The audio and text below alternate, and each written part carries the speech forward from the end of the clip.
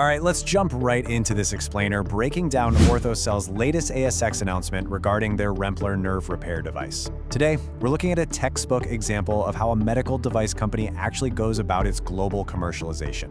We're going to unpack their recent entry into the Canadian market and see exactly how that move fits into their larger global chessboard. Here's our roadmap for today. First, we'll look at the initial Canadian sales, then the distributor strategy, global expansion, their specific focus on the US, their current financials, and finally wrap up with a quick disclaimer and some closing thoughts. Section 1. First Canadian Remplir sales. $75 million. That is the estimated size of the Canadian nerve repair market. And the big takeaway here is that Orthocell has just achieved its very first commercial sales of Remplir right within this market. So we aren't just talking about a regulatory nod anymore. This is the actual start of real revenue generation in a brand new territory. Paul Anderson, Orthocell's managing director, really highlighted this as a critical step following Health Canada's approval. In fact, he directly links these initial sales to the rollout of their distributor-led model, noting that it now gives them coverage across the vast majority of this market. Basically, it's solid confirmation that their strategy is officially moving from the planning phase into execution. Look, you don't just get regulatory approval and magically start selling medical devices, right? It takes some serious legwork. This launch involved a massive nationwide Canadian product roadshow that stretched all the way from Vancouver to Toronto. They actually brought in a key opinion leader, Australian orthopedic surgeon Dr. Stuart Kirkham, to directly educate plastic and orthopedic peripheral nerve surgeons. By focusing heavily on real-world clinical experience and peer-to-peer education, they really laid down that essential grassroots foundation for these first commercial sales. Section 2. The distributor-led strategy.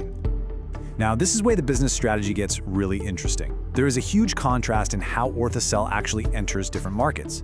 For non-US markets, places like Canada, Hong Kong, Singapore, and Australia, they are using what they call a distributor-led model. The source document explicitly refers to this as capital light. By leaning on local partners who already have those deep, established relationships with surgeons, Orthocell completely avoids burning through massive amounts of cash trying to build local sales teams from scratch. Conversely, the US market is company-led. They are intentionally keeping their own internal resources fiercely prioritized and focused directly on the American market. Section 3. Global expansion and markets. When you zoom out and look at the numbers, that strategic split makes total sense. You've got that initial $75 million Canadian market, the anticipated $750 million EU and UK market, and then you have the absolute behemoth, the $1.6 billion market in the United States.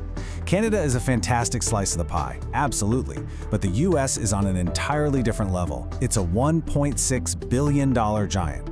You use those capital-light distributors for the smaller slices precisely so you have the financial and operational firepower left over to tackle the biggest slice directly.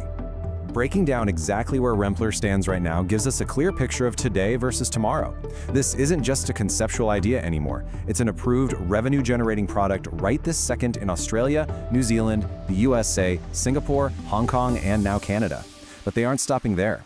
Their next major frontier is the EU and UK, which represents that huge $750 million market we just talked about, with expected approval slated for the second half of calendar year 2026.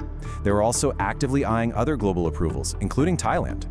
Section 4. Focus on the US. 221. That is a highly significant number.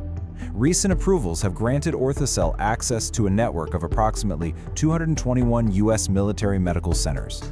This is part of the massive Department of Defense hospital network. And let me tell you, gaining access to the military healthcare segment is a notoriously difficult milestone for any medical device to hit, especially one that's focused on trauma and nerve repair.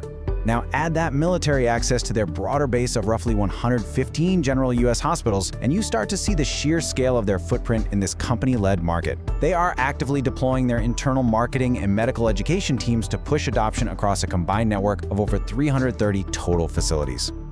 Section 5. Current financial position. As of March 31st, 2026, Orthocell reported sitting on over 48 million Australian dollars in cash. This is absolutely the crucial metric here, because it tells us they have a very substantial treasury to draw from as they continue rolling out this global strategy. And here's the kicker. They have zero current debt. This cash pile, combined with that debt-free status, is explicitly stated in the source document to fully fund their ongoing commercial expansion. They are financially perfectly positioned to capitalize on that expanding U.S. hospital access we just covered.